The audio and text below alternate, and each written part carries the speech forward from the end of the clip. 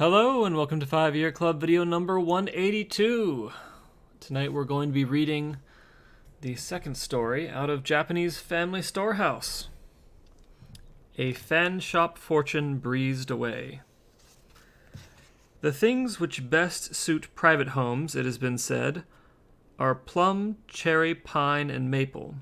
But what of gold, silver, rice, and zenny?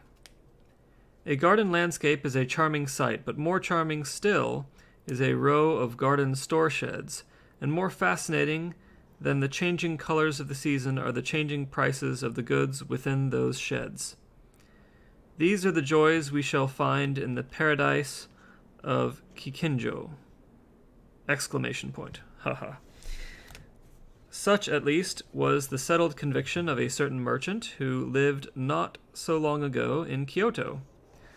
Not once in his life did he stray eastward across Shijo Bridge, nor venture off Omiya Street to the quarter west of Tambaguchi. I love these Japanese words. He kept his money safe from the temple priests and avoided the acquaintance of unemployed samurai. In the event of a slight cold or some stomach-worn trouble, he used only medicines concocted by himself.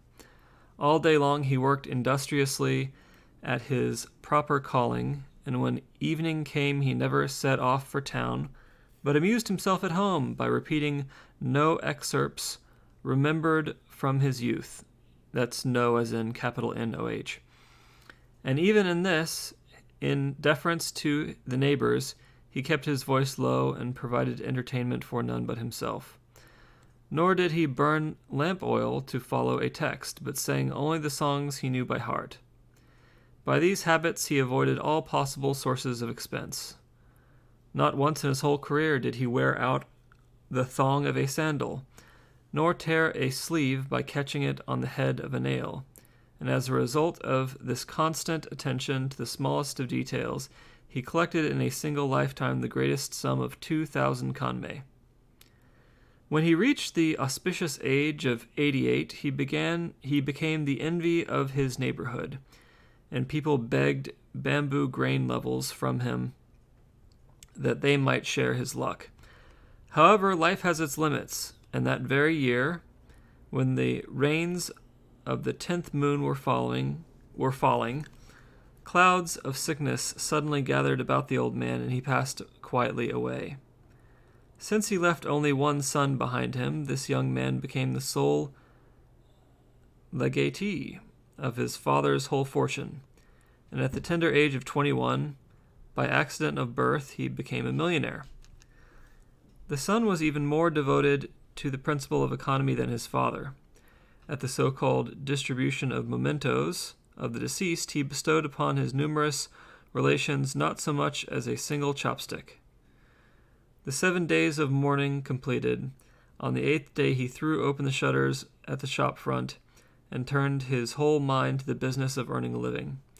For fear of creating an expensive appetite, he would even remember not to hurry when inquiring about friends after a fire,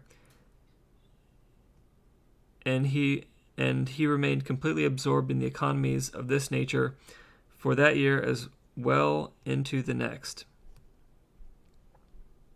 I've got to understand this fire thing. For fear of creating an expensive appetite, he would even remember not to hurry when inquiring about friends after a fire. What does that have to do with appetite? I guess, like, after a fire, maybe they have some kind of, like, dinner that he could be invited to? I'm not sure. Anyhow, one day he suddenly realized that it was exactly a year since his father had died, and as an act of commemoration, he visited the family temple. On his way back, memories of the old days kept returning. Tears fell, and even as he wiped them away with his sleeve, he recalled that this homespun check cloth was his father's. He told me he chose it because it would never wear out, he reflected. When you think of it, he ought never to have died when he did. If he had lived only another 22 years, it would have lasted him a full century. and to die so young was a waste of good cloth. As he continued homeward, with parsimonious reflections gradually gaining the upper hand even in such matters as this, he reached the vicinity of Murasakino. At the foot of the bamboo fence around the imperial herbal gardens, a sealed letter was lying, and the apprenticed maid-servant who accompanied him, carrying the empty basket which had contained the rice offering to the temple, picked the letter up and handed it to him. It was addressed, he noted, to Hanakawa-sama, and on the reverse was written, "From Nissan." The flap was still pasted down, and in addition to a seal which had been carefully impressed, over all was inscribed in bold strokes of the brush and the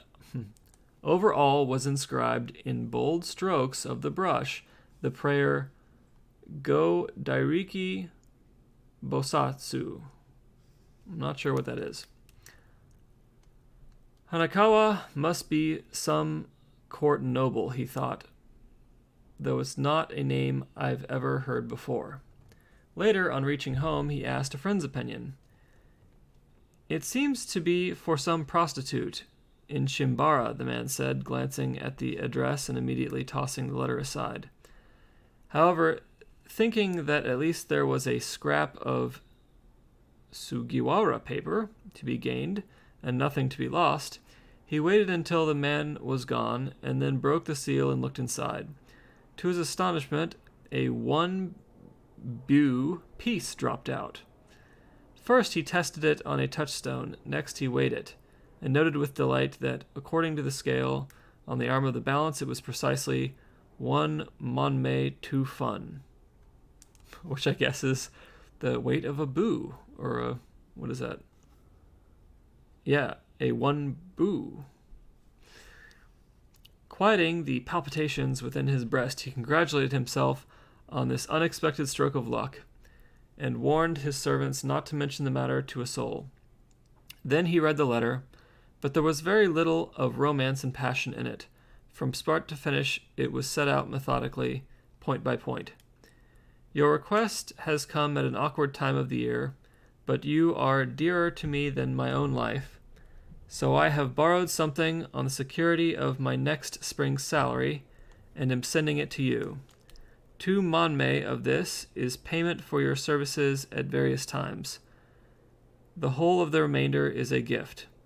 Use it to repay some of the debts which have accumulated over the years. Everyone must plan according to his means. A rich patron from Kyushu gave Madame Nokaze of the Ozakaya 300 1-bu pieces for her chrysanthemum festival expenses, but this single coin of mine carries with it no less solicitude. If I had more, do you think I should begrudge it to you?" It was a pathetic note, and as he read, his compassion mounted. Whatever he did, he could hardly pocket the money. It would be a dreadful thing to do in the face of such constancy as this letter showed. He would have liked to return it to the man, but he did not know his address, so he decided to go to Shimabara. He knew where that was, inquire for Hanakawa, and hand the letter to her. Smoothing back his stray side locks a little, he started out from the house. It was only a 1-bu piece that he was returning, but the more he thought about it, the more he begrudged it, and he changed his mind 6 or 7 times. However, at length he arrived before the gateway of the pleasure quarter. Unable to bring himself to enter immediately, he dawdled a while outside until he saw a man emerge, coming from a reception house to fetch sake. He approached him diffidently. "Excuse me," he said, "do you suppose there would be any objection if I passed through this gate without previous notice?" The man was too surprised to reply, and merely motioned him on with a jerk of the chin. There was no further excuse for delay. He removed his braided hat and clutched it in his hand. Bowing apologetically all the way, he passed before the row of tea houses inside the entrance, and finally reached the streets of the courtesans. There he chanced to meet the present Madame Morokoshi of Ichimonjaya, who was walking in public procession with her attendants.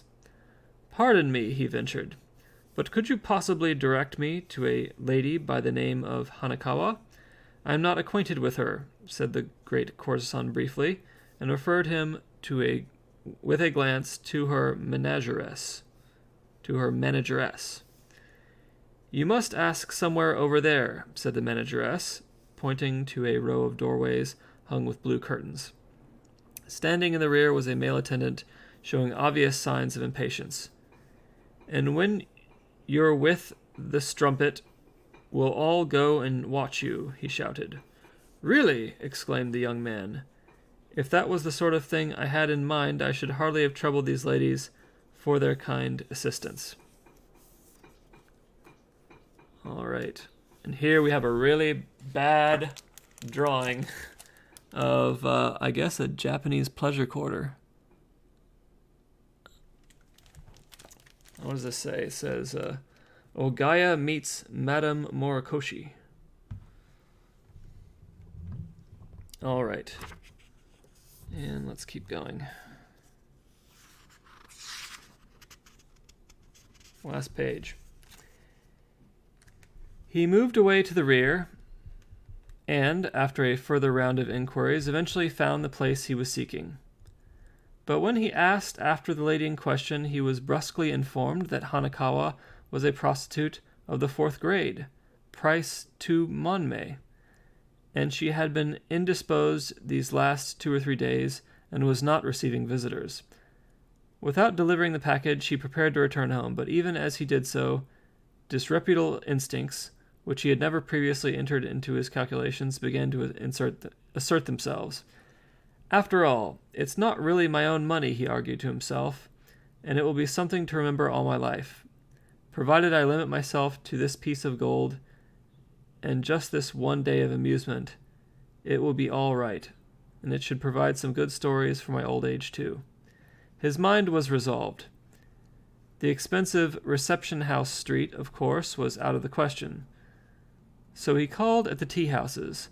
There, climbing to the first floor of a place owned by a certain Fujiya Hikoemon, he hired a girl on the day shift at 9 monmei and fuddled his head with more sake than he had ever drunk before. From this arose further visits. First, he practiced the rudiments. Later, he commenced the interchange of amatory correspondence. Finally, after a graded ascent, he started to hire even courtesans of the premier rank. It was at this time that the Kyoto brothel entertainers, known as the 4 Heavenly Kings, were active, and under their encouragement and guidance of these, Gansai, Kagura, Omu, and Ronshu, he became marvelously accomplished in this mode of life. Subsequently, new fashions for the well-dressed pleasure-seeker were modeled on whatever he wore. He earned the nickname of the Love Breeze of the Fan Shop, and he blew gales of silver through the brothel quarter. Man is unpredictable. In 4 or 5 years, he had wafted through 2,000 konmei. The fires in his household were dying out, but he soon had no wind left to blow them into life again. He had only an old fan, a memento of his business name, and with this in his hand, he scraped a daily living as an utai beggar, singing his own fate in the words, "Life has its peak, but soon its decline." Whenever a certain Kamadaya, a man of steady wealth, saw or heard him, he sighed to think of that wasted money, so difficult to make these days, and he told this story to his children. All right. So, 1685 that this book is from. 1685. And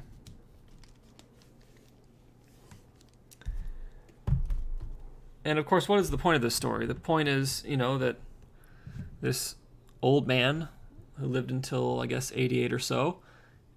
He works hard at his business. He saves up a tremendous amount of money. He dies. He leaves it to his kid. And then the kid has good intentions, but the kid screws it up and spends all the money and becomes a beggar. And let's do a quick calculation here. Just going to say 2018 minus 1685. That's 333 years ago. Well, that's nice and even. 333 years ago that this book was written. And it turns out that even 333 years ago, the children of wealthy people were blowing their inheritance. And that is exactly what happens today. I think the statistics are something like 62%, 60, 70%, something like that, of family wealth is inherited in the second generation, and 90% or more is lost by the third generation. So I guess that's the grandkids. And this has been true for hundreds of years, and it's not changing.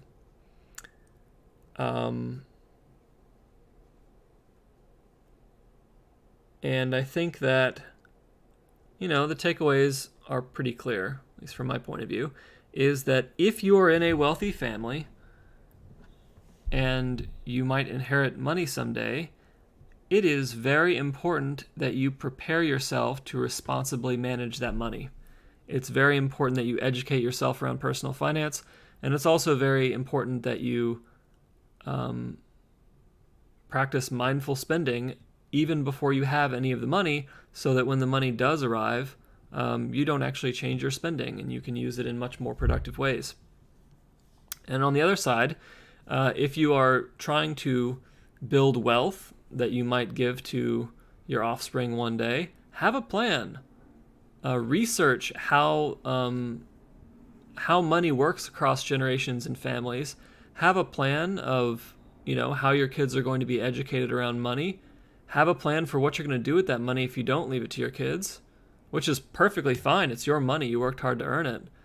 And don't keep everybody in the dark and then die and then leave them to have to make the mistakes alone. It's so much better if, while you're living, you can give them guidance, so that if the money was a blessing in your life, it can also be a blessing in their life. All right, that is it for 5-Year Club video number 182. Hope you enjoyed it. I need to figure out some kind of different book holding situation. If I'm looking down on the desk at the book, that's weird. If I prop it up, I got to hold it with my hands. That's weird. Maybe I can get one of those diagonal holder things. I don't know. Anyhow, have a fabulous evening.